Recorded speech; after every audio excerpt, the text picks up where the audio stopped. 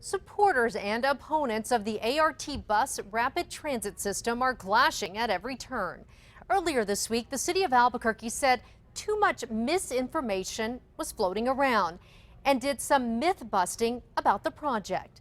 Matt Grubbs took a closer look at what's behind the city's claim that ART will bring more parking spaces to Central in tonight's special assignment. With one of her Flying Star restaurants plopped in a prime spot along Central, owner Jean Bernstein keeps a close eye on parking. They have not shared this information openly with the public. The city unveiled parking numbers this week that claim ART will add 50 parking spots to Central Avenue. The plans have Bernstein and her Make Art Smart group worked up. It's a shell game. They are taking parking away in some areas and adding it to areas that don't even need parking, just to say that they overall are adding parking. We counted parking spaces in the heart of Nob Hill, a 7-block stretch from Girard to Carlisle. It will lose 2 spots.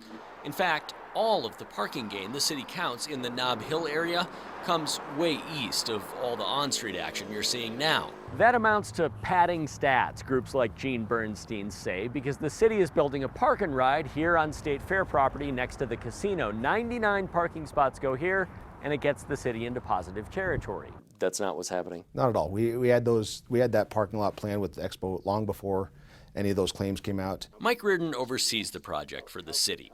He insists the park and ride 2 miles down the road is more than an afterthought in an area that already has plenty of parking, and he says it will get used. I think it has the history of being a rough part of town, but that culture is changing, and this project is going to lead to more and more of that. Reardon says at the other end of town, from 10th to San Pasqual, between downtown and Old Town, the city went out of its way to count a loss. That stretch can hold 132 cars, he says, but that parking is part of a pilot project, and the plan was never to keep all those spaces. It's not realistic to think, and it's never held 132 vehicles out there. But when we're done, 52 spots will be there in a permanent condition striped for parking. The city counts that as 80 lost parking places, a big loss here. But there's a big gain here, and overall it means almost 50 new spaces. They have a generic response in this 10-mile area, but there are specific areas whose needs are not being addressed. The city's myth-busting of the parking space problem has only convinced Bernstein that neither side is backing down from the fight for bus rapid transit.